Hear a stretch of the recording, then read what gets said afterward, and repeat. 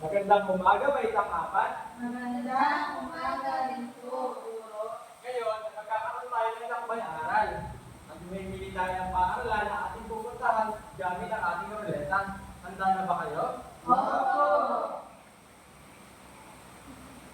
At ang ating napili ay TPC.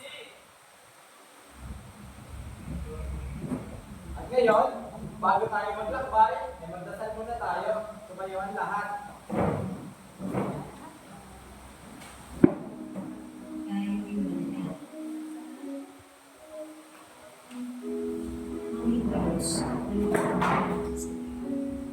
Salamat po sa araw. Salamat po sa magandang pagsugat at sa mga biyaya na aming nararamdaman araw-araw. Tunay na kaibigan po ang Diyos. Kaya patuloy na pinupulong at sinasambahan. Dalangin ko lang na gabayan niyo po kami sa araw. Tulungan mo po kami na maunawaan ang lahat ng mga aring itutulong sa amin. Bigyan niyo po kami ng talino, pagmamahal at kalakasan sa aming pag-aaral. Pagpalain po ang aming bansa, ang aming paaralan, ang aming mga guro at mga tulang. Salamat po sa pangalan ng aming Panginoon Jesucristo.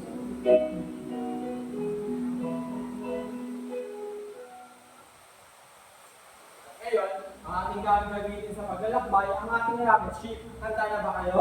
Opo! At ngayon nandito na tayo sa PPC. Batiin natin si Kuya Rodel ng magandang umaga. Magandang umaga, Kuya Del.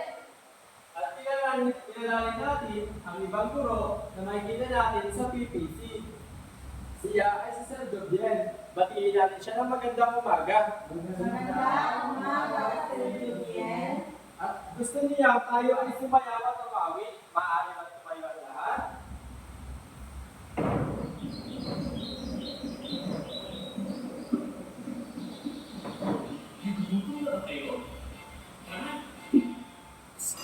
Saging-saging bangga bangga, papayan, papayan, pagsama-samahin, panaluwaluin, fruit salad, fruit salad.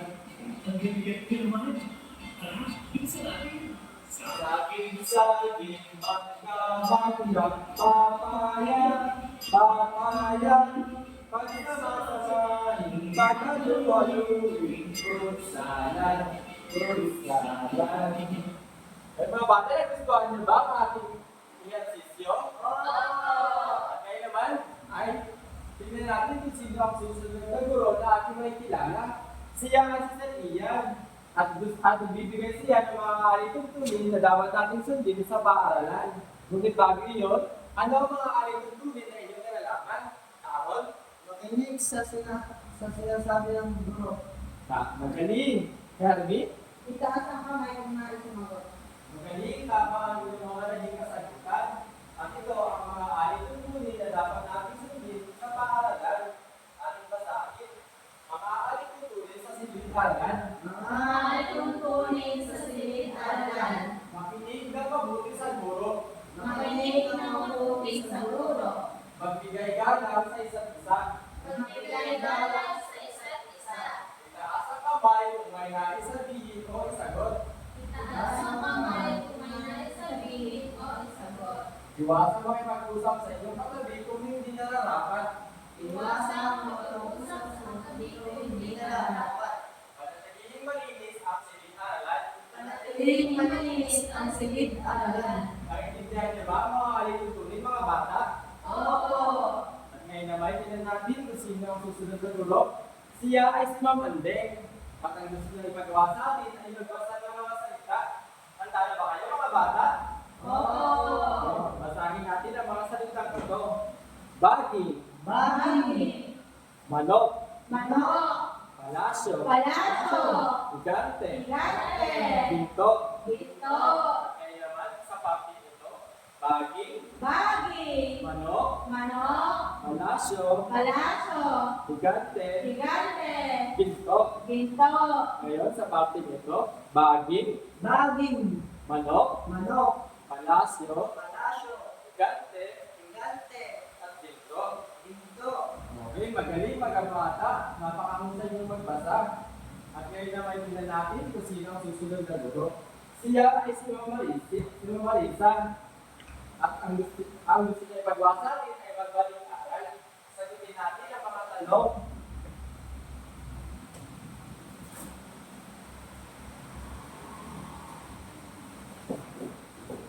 Basahin natin ang panuto. Panuto. Panuto. Isulat sapat lang kung ang tinutukoy sa bawat bilang ay tauhan, tagpuan, banghay at suliranin. Isulat sa pula kung ang tinutukoy sa bawat bilang ay tauhan, tagpuan, banghay, at suliranin. Sa unang bilang, sino gusto sumagot? Hermin? Pakibasa muna ang unang bilang. Ito ay mga tao na gumaganap sa kwento.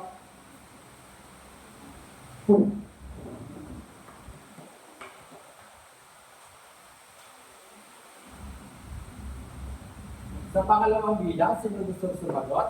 Carmela. Maaari mo kang masahin. Ito ay tumutukoy sa pinangyarihan ng kwento.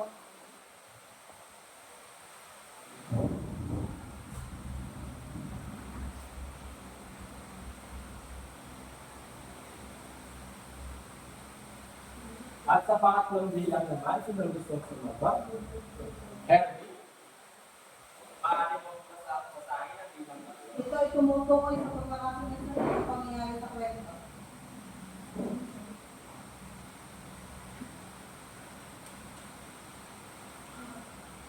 At sa ikaapat naman, sino gusto sumagot? Harold, maaari mo kang basahin ang ikaapat. Ito ang kalaban ng bida sa kwento. Harold sa libid.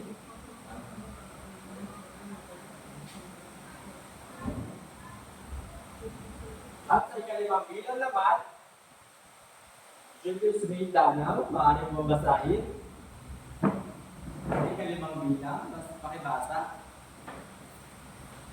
Ito ay pagpubok na dapat gawin ng puso.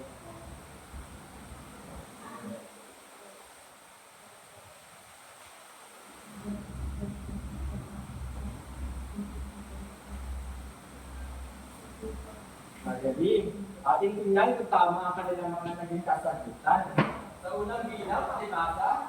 Ito ang Ito ang mga tauhan na gumaganap sa kwento. ang kailang sagot ay tauhan. Tama. Pangalawa, pakibasa. Ito ay tumutukoy sa mga Pinangyarihan ng kwento. Ang kanilang sagot ay tagpuan. Tama. Ang pangatlo naman, pakibasa. Ito ay tumutukoy sa pagkakasunod-sunod ng pangyayari sa kwento. Ang kanilang sagot ay banghay. Tama, magaling. Ang ikaapat, pakibasa. Ito ang kalaban ng isa sa kwento. Ang kanilang sagot ay tauhan. Tama. At ang kalima naman, pakibasa. Ito ay ang pagsubok na dapat mabigyan ng solusyon sa kwento. Ang kanilang sagot ay suliranin. Magaling mga bata. Nais kong bibigyan ninyo ang inyong sarili ng 5 palakpak. At ngayon naman, tignan natin ang susunod. Siya ay si Mamiel. Siya ang principal ng basic department. At gusto niya tingnan ang larawang ito. Na maaari ba kung salbahan ng larawan? Sa inyong nakikita, ilang larawan ang inyong nakikita dito? Galing. 4 po. Ating bilangin. Isa, dalawa, tatlo, 4. Sa inyong palagay, alin sa mga larawang ito ang dapat mauna? Harold? Itlog guro. Itlog. Kasi natin ang bilang isa, itlog. Sa palagay ninyo, ano ang sunod sa itlog? Carmela? Napisang itlog po. Na isang itlog. Tama. Natin natin ang bilang pangalawa. Sa palagay ninyo, ano ang sunod sa lapisang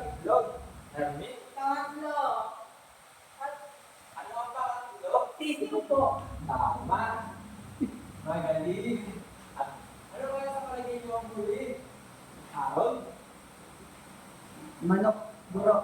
Tama, Sarap magaling. Lagyan natin ng bilang. Tama. Ngayon, ano ang malagay ninyo ang tawag sa ganitong siklo? Gamit? Ito ng buhay o life cycle ko. Magaling. Meron ba kayong alagang manok o ano ibang hayop sa inyong bahay? Opo. Gabi, ano ang iyong alagang hayop sa bahay? Aso po. At paano mo naman ito inaalagaan? Binibigyan po ng pagkain. Binibigyan po ng pagkain at beses sa isang araw. Pinapaliguan. Tama, magaling. At ngayon naman, patuloy na tayo sa pagkilala sa mga tauhan sa PPC. Siya ay si Sir Lisbon. At gusto niya alamin natin ang mga salita, ang mga kahulugan ng mga salita na maaari natin matalakay mamaya. Ang unang salita ay buto, pakibasa. Buto. Pangalawa, palasyo. Manasyo. Pangatlo, mahika. Mahika. Mahika. At ang pang-apat, Higante. higante. Pakibasa. Higante. At ngayon, alamin natin ang mga kahulugan ito.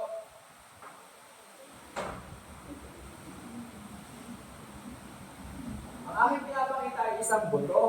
Base sa aking pinapakita, ano ang kahulugan ng salitang buto? Maaari mo bang sagutin, Hermit? Letter T po ang pinakamahalagang bahagi ng bagay. Maaari bang pindutin ali sa ating laptop?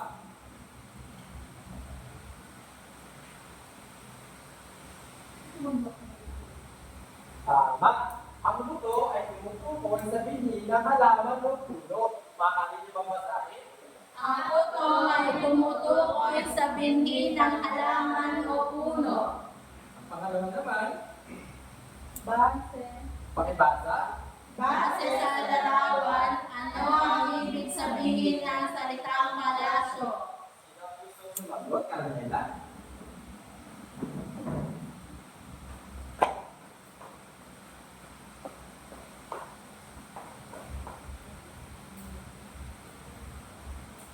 Tama.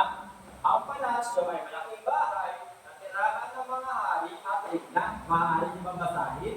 Ang palasyo ay malaking bahay na tirahan ng hari at reyna. Ito naman, panoorin natin ang video na ito.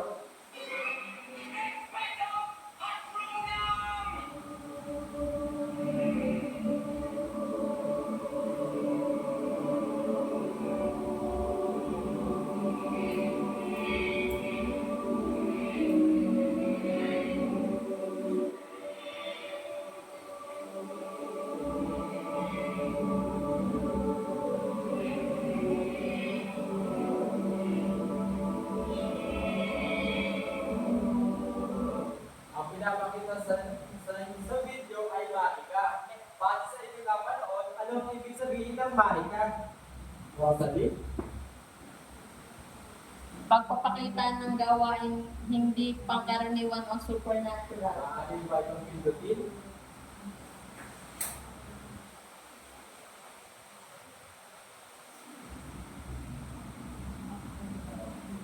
Ang mahika ay pagpapakita ng gawain hindi pangkaraniwan o supernatural. Maaari niyo bang basahin? Ang mahalaga ay magpapakita ng bagay hindi pangkaraniwan o supernatural. Ngayon naman, ang susunod, basahin natin. Siya ay napakalaking tao na parang higante. May basa? Siya ay pinapalaking tao na parang higante. Ano ang kahulugan ng salitang may salungkutin? Ang may salungkutin ay higante. Maaari mong piliin ang sagot, Carmela.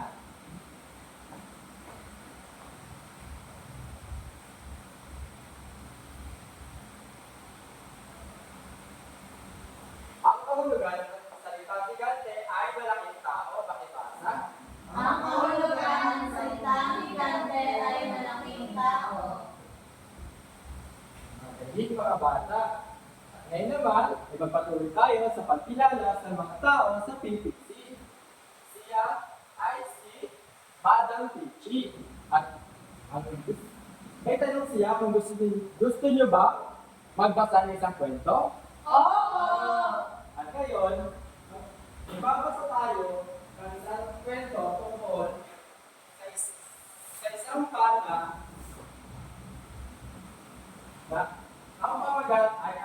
si Jack at ang gusto. Sa ating kwento, siya ay may nakilala isang matanda at binigyan siya ng buto. At ang butong ito ay lumaki at umakyat siya dito. At simula noon ay naging mayaman siya. Ano ang gusto niyo pang malaman sa ating kwento? Carmen? Paano siya yung mamanda ng buto ng sitaw? Tama. Ngayon, pakibasa. Paano siya yumaman gamit ang buto ng sitaw? Ang tanong na ito ay sasagutin na natin mamaya matapos natin basahin ang ating kwento.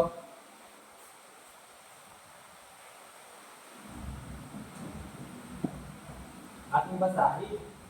Si Jack at ang kanyang ina ay nakatira sa isang bukid. Mahirap lamang sila, pero masayang namumuhay dahil kapiling nila at isa't isa. Si Jack at ang kanyang ina ay nakatira sa isang bukid. Mahirap lamang sila, pero masayang namumuhay dahil kapiling nila ang isa't isa. Isang araw ay may nakasalubong na isang matandang lalaki si Jack. Binigyan siya dito ng mga buto. Ang sabi ng matanda ay may manika ang mga buto. Isang araw ay may nakasalubong na isang matandang lalaki si Jack. Binigyan siya nito ng buto. Sabi ng matanda ay may ka ng buto. Itinanim ni Jack ang mga buto sa loob ng kanilang bakuran. Nagulat siya na tumubo ang mga buto dahil naging giganting baging ang mga ito. Itinanim ni Jack ang mga buto sa loob ng kanilang bakuran. Nagulat siya nang tumubo ang mga buto dahil naging kanting bagay ang mga ito. Ibig malaman ni Jack kung ano ang nasa itaas ng mga baging. Inakyat niya ito.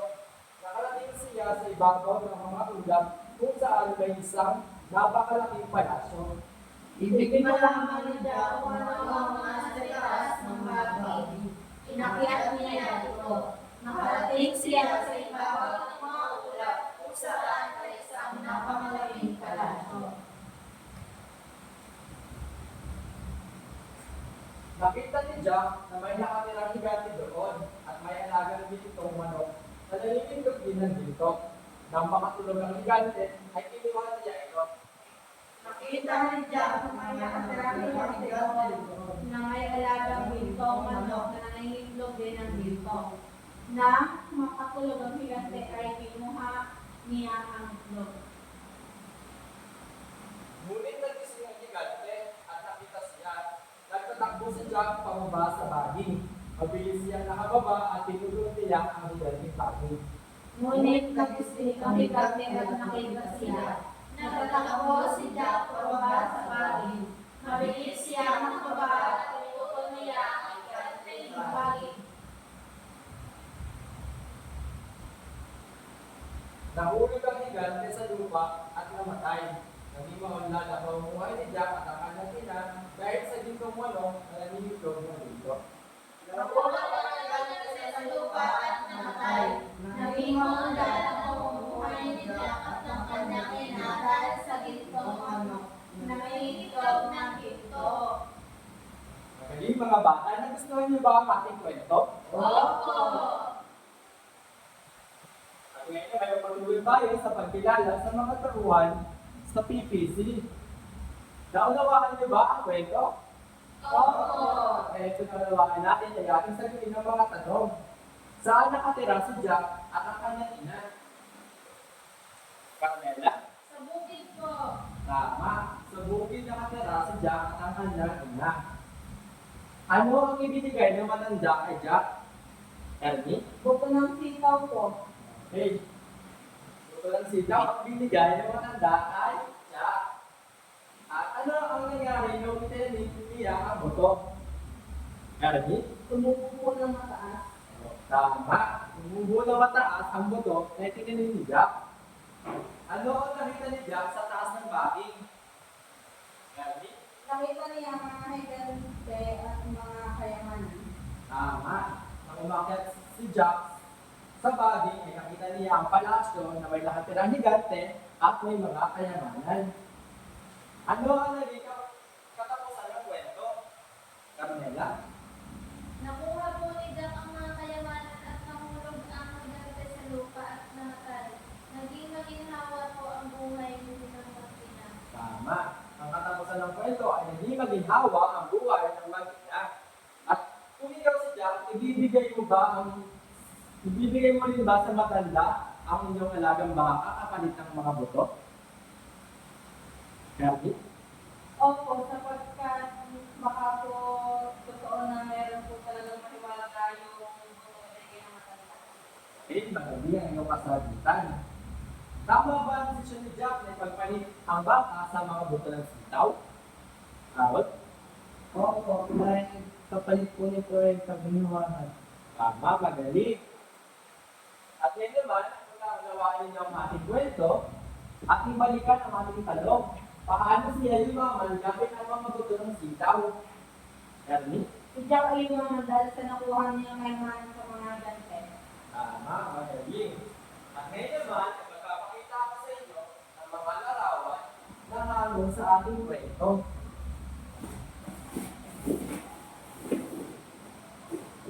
Pagmasdan ninyo ang larawan, at ito ang kwento na ano ba ang kwento natin kanina? Si Jack ang gusto. Tapos na ba kayong obserbahan ang ating larawan? Opo. Base sa ating binasang kwento kanina, alin sa palagay ninyo sa mga larawang ito ang unang nangyari? Nangyari? Teacher, pupunta mo ako.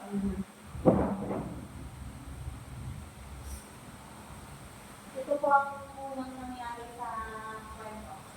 Tama. Yan ang unang nangyari. Maaaring bang huli ang ating ang larawan sa ating rocket ship? At itigit ito sa ating boy.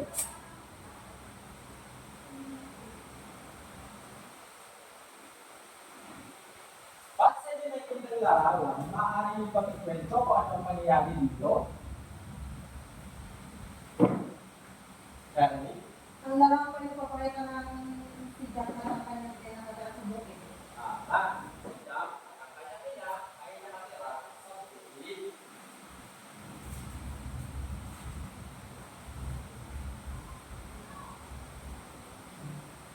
At ano naman sa palagay ninyo ang sunod na pangyayari base sa ating biyasang kwento? Carmela? Maaari ba ituro kung ano yung nararamdaman nyo? Ito po, puro. Maaari bang puhunin ang larawan sa ating rocket ship? Maaari bang ipakita ito sa ibang mga klase? Base sa hindi nakikita, maaari ba ikwento kung ano ang pangyayari sa larawan hawak ni Carmela? Yes, Ernie? Larawan ko na ipapakita ng may matanda na nagbibigay ng buto kay Jack. Mamagagi, maaari bang ikarito sa ating isapa?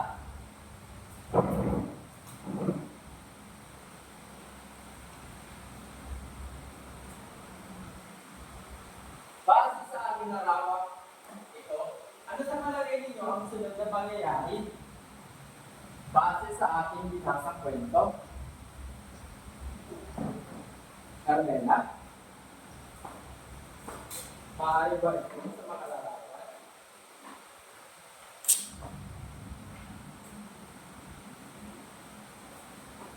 Ito po, puro. Maaari ba kunin ang larawan sa ating rocket ship? Maaari ba ipakita sa iyong mga klase? Base sa larawan na hawak ni Carmela, maaari ba ikwento ang pangyayari? Danny? Pipiling ipapakita natin na hindi Jack mo po. Tama. Maaari ba ikamit na rin sa ating pisara?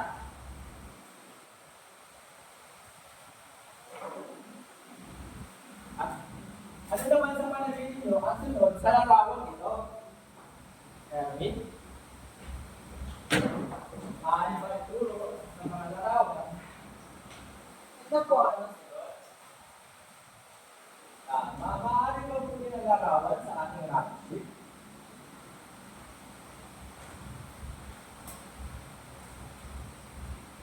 Maaari ba ipakita sa akin sa iyong mga klase at larawan? Base sa larawang hawak ni Ellie, maaari ba ikwento ang pangyayari dito? Carmela?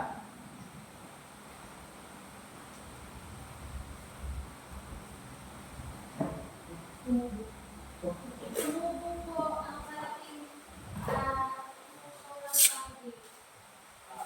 Maaari ba ikwento sa ating umpisa? At ano naman kaya sa palagay ninyo ang sunod na pangyayari sa pagtubo ng malaking bagin? Harold?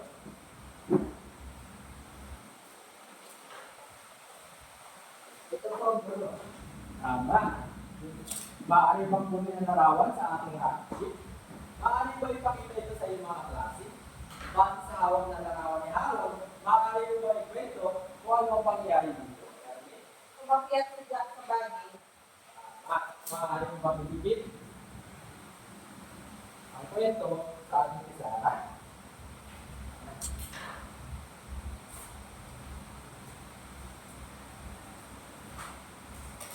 Base sa ating mga larawan, ano sa palagay ninyo ang sunod na pangyayari nung pinakyat ni Jack ang puno?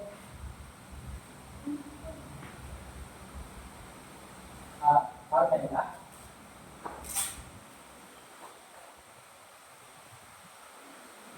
Maaari ba ituro ito sa ating mga larawan?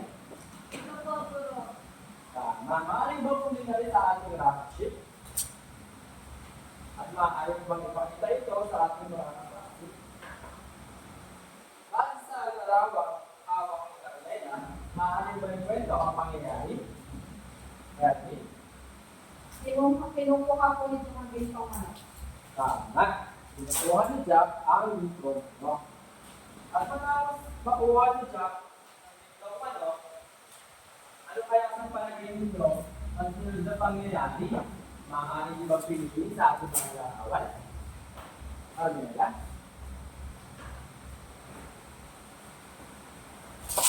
Ito po, guro.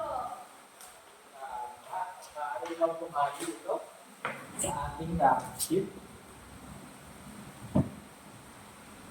Maaari ba ipakita ito sa iyong mga klase? Base sa larawan ng hawak ni Carmela, maaari ba ikwento kung ano pangyayari dito? Nagmamadali siya bumabangon na sa dating bagay. Tama.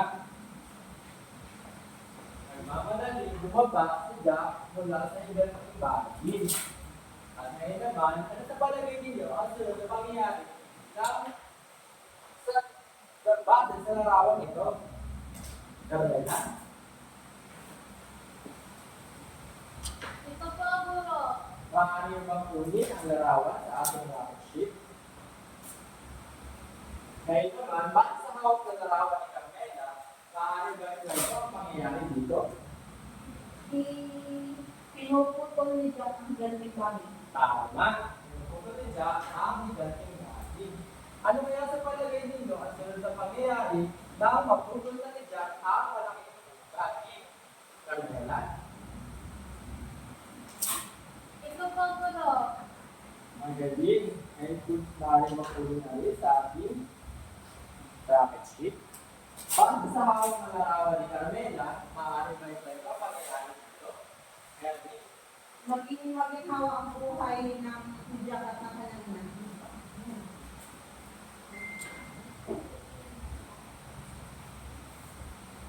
Tama. Magaling. Naging maginhawa ang buhay ng Marina dahil nakuha nila ang kayamanan mula sa higante. Ngayon, pagmasdan ko muli ang mga larawan na ating nakuha. Base sa mga larawan ito, maaari bang ikwento muli ang mga pangyayari sa kwento? Erwin? Ang ina ay masaya na bumuhay sa buhay. May nakasalubong na isang magandang lalaki si Jack, ebidensya ni Sir Mabuto. Dahil ni Jack ang maputo sa loob ng kanilang pakuran. Nagulat siya na tumupo ang maputo dahil sa mga higat kay galing naging bagay mga ito. Matibig malaman ni Jack kung ano ang nasa itaas ng mga bagay. Inakiyak niya ito.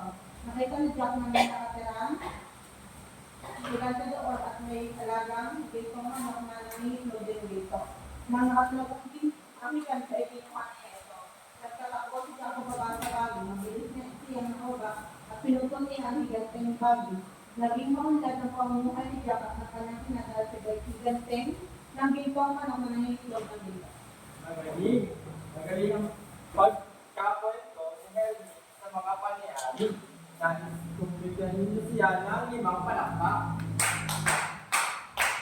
At ngayon naman, dahil tapos na ang ating talakayan, maaari ba natin sagutin ang katanungan ito? Paano natin mapagsusunod-sunod ang mga pangyayari sa kwento gamit ang mga larawan? Pakibasa. Paano natin mapagsusunod-sunod ang mga pangyayari sa kwento gamit ang mga larawan? Sino sa inyo ang gustong sumagot? Helmi? Mapagsusunod-sunod natin ang mga pangyayari sa kwento gamit ang mga larawan. Kung makita ng pagsulit, sunod sa pangyayari, ay pinapakita sa bawat larawan. Ngayon naman yung pakibasa natin lahat. Mapagsusunod-sunod, Mapagsusunod natin ang mga pangyayari sa kwento gamit ang mga larawan sa pamamagitan ng pagsulit sa pagsunod-sunod na pangyayari na pinapakita sa bawat larawan. magaling. At ngayon naman magpapuri tayo sa ating gawain. Ngayon, magagawa tayo ng pagkakagawain. Magbilang tayo ng 1 hanggang 3. Isa, dalawa, 4. Ngayon naman, para sa unang bangka, ito ang inyong gawain. Pakibasa. Panuto. panuto. Lagyan ng bilang 1 hanggang 5 ang mga larawan ayon sa pagkakasunod-sunod nito. Lagyan ng bilang sa hanggang 5 ang mga larawan ay sa pagkakasunod-sunod ng mga kwentong babasahin. Sa pangalawang bangka, pakibasa. Panuto. Pagsunod-sunodin ang mga kinupit na larawan kung ano ang mga ginagawa ni Ana sa umaga pagkagising. Ngayon naman pakibasa para sa ikatlong bangka. panuto. Pagsunod-sunodin ang mga larawan ayon sa wastong pagkakasunod-sunod nito. Isulat ang 1 hanggang 4 sa kahon. Ngayon naman ibibigay ko sa inyo ang mga alitutunin para sa papatang gawain. Ngunit bago iyon, ano ang mga alitutunin na inyong nalalaman para sa papatang gawain? Maaari ka ba magbigay, Aaron?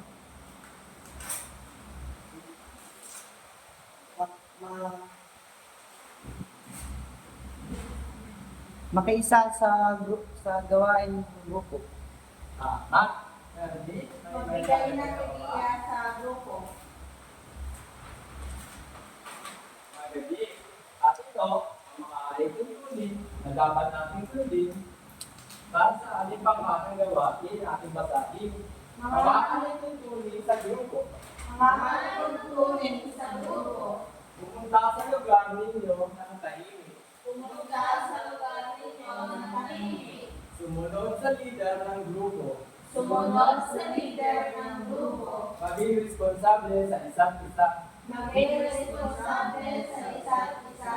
Makilahok sa mga gawain ng pangkat. Makilahok sa mga gawain ng pangkat. Bumalik na tahimik sa upuan kung tapos namin ng gawain. Bumalik na tahimik sa inyong upuan kung tapos na ang gawain. At ngayon naman bibigyan ko kayo ng 5 minuto para sagutin ang inyong mga gawain. Maaari na kayo magsimula. Kung kayo ay tapos na, maaari niyo ito ikapit sa ating pisara. Tapos na po. Magaling. At ating tingnan kung tama ang kanilang mga gawain para sa unang grupo, makalawang grupo, at ikatlong grupo. Basahin natin muli ang panuto. Panuto. Lagyan ng bilang 1 hanggang 5 ang mga larawan ayon sa pagkakasunod-sunod ng kwentong babasahin. Ngayon na ba yung ating tingnan? Ilagyan nila ng unang bilang ang larawang ito, pangalawa, pangatlo, pang-4 at pang-5. Tama ang kanilang mga kasagutan. Bibigyan pa sila na 10 puntos. Para sa pangalawang grupo naman, pakibasa pa nito. Ano to? Pagsunod-sunodin ang mga buting na larawan kung ano ang mga ginawa ninyo sa umaga pagkagising. Nagyan ng bilang ang larawang ito bilang una, pangalawa at pangatlo. Mga kanilang naging kasagutan, bibigyan pa sila na 10. Para sa pangatlong grupo, pakibasa pa nito. Ano to? Pagsunod-sunodin ang mga larawan ayon sa pagkakasunod nito. Isulat ang isang at sa akon. Ngayon naman, lagyan nila ng bilang una, ang larawang ito. Pangalawa, pangatlo at pang-apat, mga kanilang naging kasagutan. Ngayon naman, bibigyan pa sila ng 10 puntos. Magaling mga bata, nais kong bibigyan ninyo ang inyong sarili na 5 palakpak. At ngayon naman, magkakaroon tayo ng palaro. Nananabig na ba kayo magkaroon ng isang palaro mga bata? Opo! Ating basahin. Ating basahin muna ang kwento. Umaga ni Uyong. Umaga ni Uyo. Si Uyong ay isang masigasig na mag-aaral. Si Uyo ay isang masigasig na mag-aaral. Gumigising siya ng may sigla sa katawan na parang nabawi ang makapagod niya kahapon sa kanyang tulog sa gabi. Gumising siya ng may sigla sa katawan na parang nabawi ang mga pagod niya kahapon sa kanyang tulog na gabi. Siya ay nag-aalusal. Siya ay nag-aalusal. Kumakain siya ng masustansyang oatmeal na niluto ng kanyang nanay. Kumakain siya ng masustansyang oatmeal na niluto ng kanyang nanay. Salamat nanay, sabi niya ng may bibig. Salamat nanay, sabi niya ng may bibig. Nagtutbrush siya at naghugas ng mukha. Nagtutbrush siya at naghugas ng mukha. Kailangan ko maging fresh para sa klase. Kailangan ko maging fresh para sa klase. Aniya habang nag-aayos. Aniya habang nag-aayos. Pagkatapos, siya ay nagbihis ng kanyang uniforme. Pagkatapos, siya ay nagbihis ng kanyang uniforme. Maingat niyang sinusuot ang kanyang damit at nakangiti siya sa salamin. Maingat niya sinusuot ang kanyang damit at nakangiti siya sa salamin. Sumunod ay nag-ayos siya ng kanyang bag. Sumunod ay nag-ayos siya ng kanyang bag. Nilalagay niya ang kanyang mga libro, notebook at ballpen sa tamang lugar. Nilalagay niya ang kanyang libro, notebook at ballpen sa tamang lugar. Matapos sa mga gawain ito, si Uyong ay handa na naman pumasok sa paaralan. Matapos ang gawain ito, si Uyo ay handa na namang pumasok sa paaralan. Siya ay masigla at excited na matuto ng mga bagong bagay. Siya ay masigla at excited na matuto ng mga bagong bagay.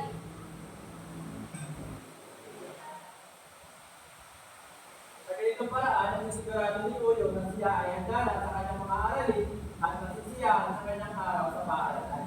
Sa ganitong paraan, nasisiguro ni Uyo na siya ay handa sa kanyang mga aralin at masisiyahan sa kanyang araw sa paaralan.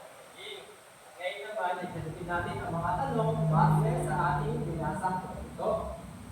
Sa una, pakibasa ang palugdo.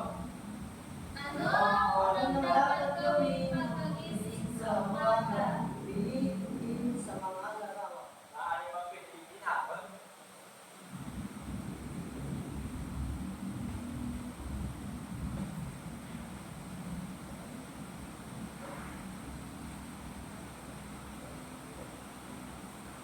tama. Tumayo sa higaan at mag-inat ng katawan, pakibasa.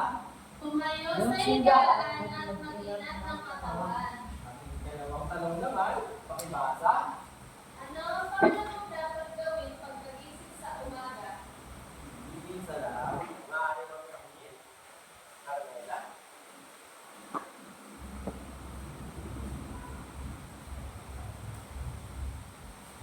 Tama. Kumain ng almusal, pakibasa. Kumain ng almusal. At ang ikatlo naman, at pakibasa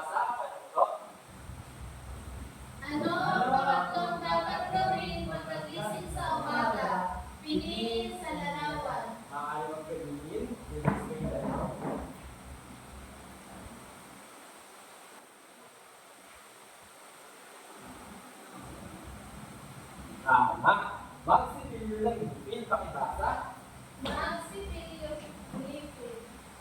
At sunod naman, pakibasa ng panuno. Ano bang ang dapat gawin pagkagising sa umaga? Piliin sa araw. Maaari bang piliin kanila?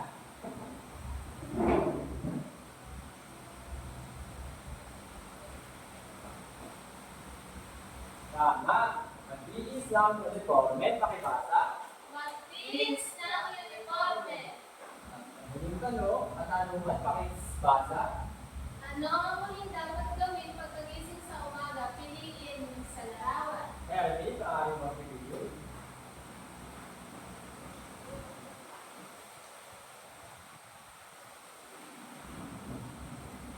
Tama. Maghanda sa pagpasok sa paaralan, pakibasa. Maganda sa pagpasok sa paaralan. At ngayon naman, ay magkakaroon tayo ng isang palaro. Handa na ba kayo mga bata? Oo! Tayo ay maglaro. Hanapin ang mga larawan. Hanapin ang mga larawan. Panuto, pakibasa. Panuto, sa likod ng bawat upuan ay may nakatikip na larawan. Ito ay mga larawan ng pagkakasunod-sunod ng pangyayari sa isang kwento. Hahanapin nila ang mga pagkakaugnay na larawan at sunod-sunod at pagsusunod-sunod rin. Matapos mahanap ang lahat ng larawan, ay kikwento nila ang pangyayari gamit ang mga larawan. Ang unang makaupo ay makakuha ng pagreto. Magaling. Nagustuhan ba ninyo ang ating naging palaro? Opo! Ngayon naman, sagutin muli natin ang katanungan ito. Pakibasa.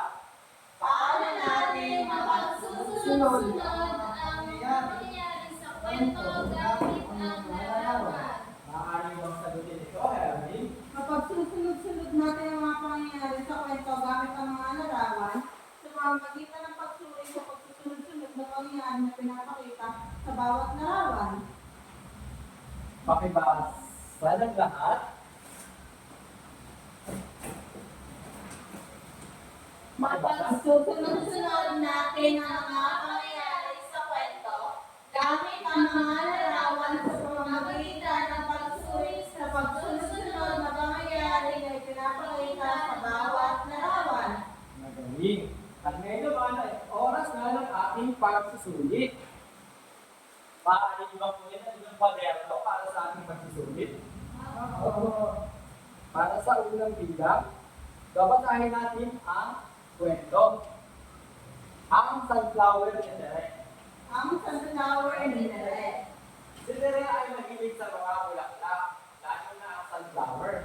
Isang araw, nagdesisyon siyang itanim ang sarili niyang sunflower sa kanilang bakuran. Naganda si Tere sa kanyang lupa sa isang paso. Nilagyan niya ito ng matabang lupa at pinalisan ng katat. Bumili siya ng mga buto ng sunflower mula sa tindahan. Sinimulan niya itanim ang mga buto at tiniyak na maayos ang pagkakalagay nito sa lupa. Nagdasal siya na sana maging maganda ang mga bulaklak. Matapos ng ilang linggo, nakita ni Tere na uusbong ang mga usbong ng sunflower. Regular niya itong dinidiligan at sinisigurado na makakuha ng sapat na sikat ng araw. Sa tabi, ang mga sunflower ay namumuhagyan at lumaki ng maganda. Masayang pinag-iwang ni Tere at tagumpay ng kanilang mga tanim. At ngayon, sagutin natin ang mga tanong base sa ating binasa kwento. Piliin ang pilit ng tamang sagot para sa unang bilang. Nakangititig.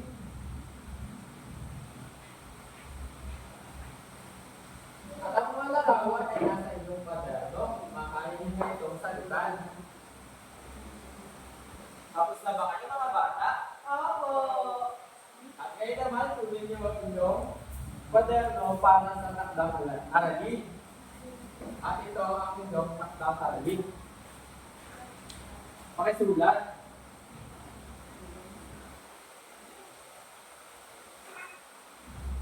Ang kwento ay babasahin ninyo at pagsusunod-sunodin ang mga larawan. Ayos na ba mga bata? Opo! Ngayong araw ay tapos na ang ating aralin. Maraming salamat sa inyong lahat. Maraming salamat din po, Guro.